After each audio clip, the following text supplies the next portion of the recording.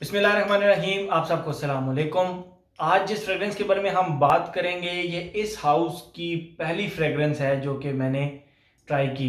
कमयार ख़ान हमारे रावलपिंडी में रहते हैं, उनसे ये फ्रेगरेंस मैंने ली और 2008 की रिलीज़ है। लगभग 10,000 रुपये के करीब करीब आपको 10,000 या उससे नीचे नीचे मिल जाती है। ये है जी मॉन्टाल की रेड वेटिवर। ये आप देख रहे हैं नीचे रेड वेटिवर लिखा हुआ है। 100 ml की बॉटल है। ये इसके साथ एक वो अटैच है, मॉन्टाल का लोगो इसके ऊपर है। और ये बस इसी तरह, इसका ढक्कन वगैरह नहीं है, ये इसमें से निकलता भी नहीं है, इसी तरह बस इसका स्प्रे इस्तेमाल होता है। ओके, जैसे ही मैंने इस फ्रेगरेंस को लगाया मुझे एक फ्रेगरेंस की याद आई जो कि मैं जिम लगा कर जाता था। आप लोगों को पता चल गया होगा।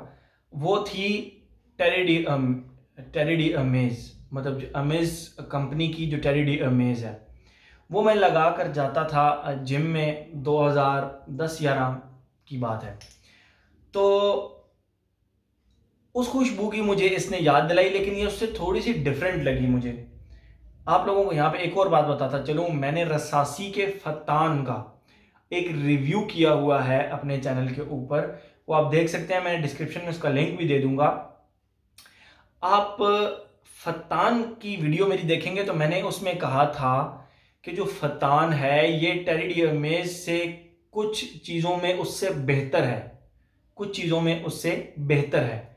और उसकी वजह ये थी कि अब मैंने जबकि ये फ्रेगरेंस इस्तेमाल की है तो मुझे पता लगा है कि जो फतान है बेसिकली वो टेरी डी अमेज का क्लोन नहीं है, वो बेसिकली रेड वेटिवर का क्लोन है। ओके, ये क्लियर हो गई बात। अब मैं आप लोगों को इसकी खुशबू डिफाइन करता हूँ। इसकी खुशबू टेरी डी अमेज से थोड़ी सी डिफरेंट है, थोड़ी सी, को बहुत ज़्यादा नहीं, लेकिन जो डिफरेंसेस हैं वो बहुत प्रोमिनेंट हैं और बहुत अच्छे हैं। टेरी डी अमेज से बहुत ज़्यादा अच्छी है। टेरी डी अमेज का ये था कि वो थोड़ा सा कहते थे कि इसका जो माल्टा है स्टार्ट में वो काफ़ी ज़्यादा वो बहुत ज़्यादा लोगों को पसंद नहीं आता। बात करते हैं हम इसकी खुशबू की। टेरी डी अमेज का रिव्यू मैंने मेरे ख्याल में नहीं बनाया हुआ, लेकिन फतान का रिव्यू अलबत्ता मेरे चैनल पे अवेलेबल है, मैं उसका लिंक दे दूंगा डिस्क्रिप्शन के अंदर। ओके, जैसे ही आप इसको लगाते हैं, अच्छा जब मैंने ये लगाया ना तो मैं इस शशो पानी में पड़ गया कि ये पहले आई है फता, मतलब ये टेरी डी अमेज पहले आई थी। तो टेरी डी अमेज जो थी ना वो 2006 के अंदर लॉन्च हुई थी, 2006 के अंदर। और ये जो फ्रेग्रेंस है मोन्टाल की रेड वेटिवर, ये 2008 के अंदर लॉन्च हुई थी। उससे थोड़ी सी डिफरेंट है, लेकिन इन द एयर, मतलब अगर आपने ये लगाई हो, कोई आपके आसपास से गुजरे और उसने टेरी डी अमेज यूज किया हुआ तो वो यही कहेगा कि आपने टेरी डी अमेज लगाया हुआ है। ठीक है, उसका जो ईडीटी वर्जन आता है। लेकिन बात करते हैं मुकम्मल कि ये किस तरह उससे ज़्यादा अच्छी है। ओके, देखिए जैसे ही आप इसको लगाते हैं तो इसके अंदर आपको एक ग्रेप फ्रूट एक बहुत बड़ा इस तरह इतना माल्टा होता है, हमारे पाकिस्तान में लोगों के घरों में लगा होता है। इनफैक्ट वो मुझे खाने का तरीका भी नहीं आता था। बड़ी एक इंटरेस्टिंग सी बात आपको बताता चलूँ, वो जब भी हम उसको छील के खाते थे ना तो वो शदीद कड़वा सा लगता है आपको। लेकिन वो मेरा एक लाहौर में दोस्त है उस्मान ज़िया, उनके वो अपने घर से लेकर आए। मैंने कहा यार मैं तो ये नहीं खाता, ये तो बड़ा कड़वा होता है। तो उन्होंने कहा यार आपको खाने का तरीका नहीं आता।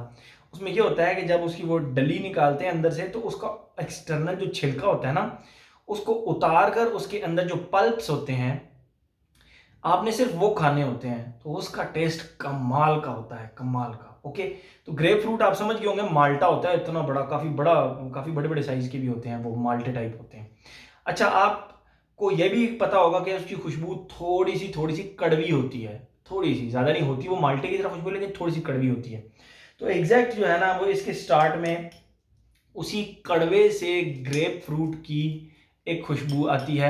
अच्छा, इसकी खुशबू लीनियर है, बहुत ज़्यादा तब्दील नहीं होती।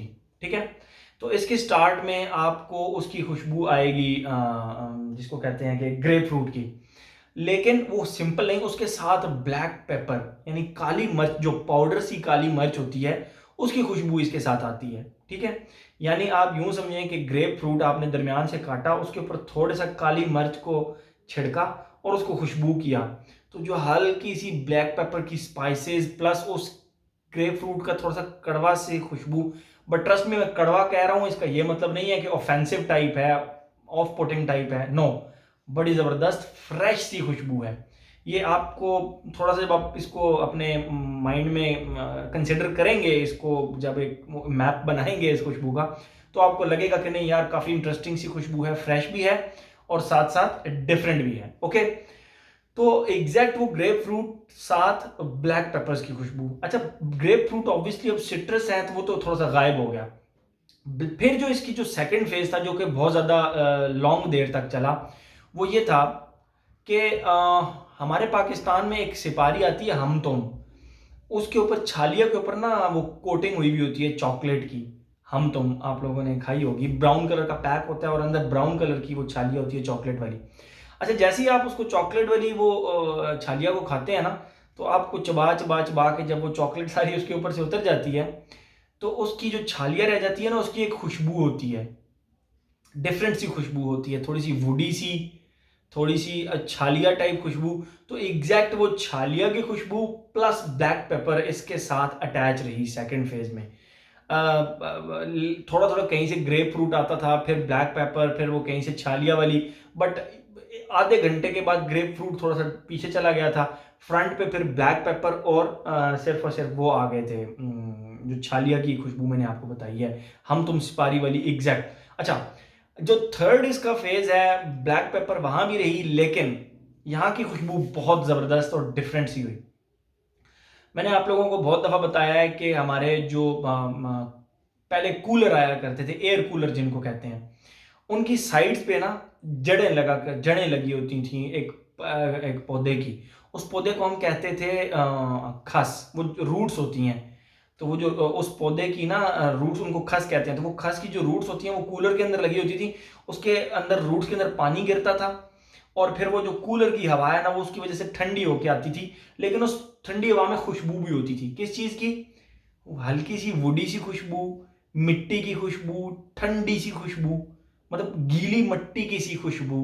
तो वो बेसिकली इसके थर्ड फेज में। लेकिन आप ये कंसिडर करें कि उस पूरे कमरे में, जिस कमरे में उसकी खुशबू मिट्टी की आ रही हो, वहाँ हल्का सा कोई ब्लैक पेपर भी आपको चेक करा दे, ऐसे आपको लगे कि यार आसपास की काली मिर्चें पड़ी हुई हैं करीब करीब कहीं, तो एग्जैक्ट उस तरह की खुशबू इसके जो है ना वो थर्ड फेज में आई। आई होप जो मैंने इसके फेजेस डिफाइन किए वो आप लोगों को समझ आ गए होंगे। अच्छा, अब हम बात करते हैं, मैंने फत्तान को भी कहा था कि ये टेरेडियर मेज से अच्छा है, मैं इसको भी कहूँगा कि ये टेरेडियर मेज से अच्छा है। क्यों? रीज़न, टेरेडियर मेज मैक्सिमम 3 से 4 घंटे चलता था, लेकिन वो 3 से 4 घंटे बड़ा ही कमाल का चलता था। लेकिन ये लॉन्गजिविटी के लिहाज से इसका मसला नहीं आया। मॉन्टाल की फ्रेगरेंसेज ये मैंने पहले इस्तेमाल की, मुझे अच्छी लगी, क्वालिटी वाइज, इंग्रेडिएंट्स वाइज मुझे अच्छी लगी। मैं मॉन्टाल की मजीद फ्रेगरेंसेज भी अब इस्तेमाल करूँगा। ओके, तो लॉन्गजिविटी के लिहाज से देखा जाए 6 साढ़े 6 घंटे बहुत आराम, सुकून से, फ्रेशनेस के साथ आपको ताजगी का एहसास रहेगा, ज़बरदस्त किस्म का आपको एहसास रहेगा इस खुशबू के साथ। एज की बात की जाए, देखें एज जो है ना वो इसकी मैं कहूँगा कि 25 साल से अबव के लोग लगाएं, या आप कह लें 25 साल, एक एज लिमिट हम रख लेते हैं 25 साल या उससे अबव, बहुत ज़्यादा पसंद आने वाली है उन लोगों को। मैंने जिस तरह की खुशबू आप लोगों को डिफाइन की वो अब आपको थोड़ा सा आइडिया हो गया होगा। तो 25 साल या उससे अबव के लोग इसको बहुत ज़्यादा पसंद करेंगे। जेंडर, एज की बात होगी, हम जेंडर की बात करते हैं, उसके बाद जेंडर मेरे ख्याल में मेल, फीमेल पे नहीं, क्योंकि ये थोड़ा सा मैनली टच इसके अंदर थोड़ा सा ज़्यादा है। तो आई वुड प्रेफर कि ये सिर्फ और सिर्फ जेंट्स लगाएं, लेडीज़ मत लगाएं।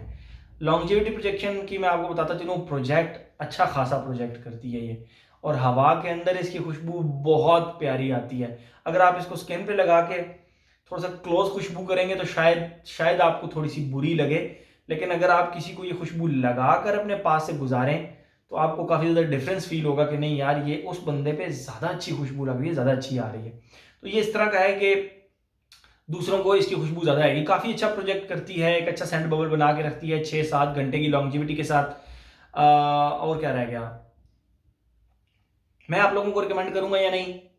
अगर आपके पास टेरेडियर मेज पड़ा हुआ है फिर नहीं। अगर आप कहते हैं कि यार मैंने टेरेडियर मेज लेना है, तो फिर आप टेरेडियर मेज को स्किप करके आप ये खरीद सकते हैं। उसकी रीज़न कि टेडी एमेज 4 घंटे या मैक्सिमम 4.5 घंटे चलता है, ये उससे बहुत ज़्यादा चलता है, उससे ज़्यादा प्रोजेक्ट भी करता है और उससे ज़्यादा अच्छी खुशबू भी है। यस, अच्छी खुशबू है। तो मैं इसीलिए कहूँगा कि ये टेडी एमेज से अच्छी है, क्योंकि इसका जो बिल्कुल लिटरली जो एंड वाला फेज़ है, जो लास्ट फेज़ होता है, वो बहुत ज़बरदस्त है। टेडी एमेज का रिफाइंड वर्जन आप कह रहे हैं। तो अगर आपके पास टेडी एमेज है, नहीं लें। अगर टेडी एमेज नहीं है, लेने का सोच रहे हैं, तो ये ले लें, क्योंकि टेडी एमेज महंगा है, मेरे ख्याल में 14-15 हज़ार रुपये का है 75 ml वाला, या मुझे उसकी प्राइस अब की नहीं पता, लेकिन ये 10,000 रुपये से नीचे नीचे आपको, 10,000 या उससे नीचे नीचे आपको मिल जाता है। ठीक है, तो मेरे ख्याल में अब हर एस्पेक्ट इसका हमने कवर कर लिया।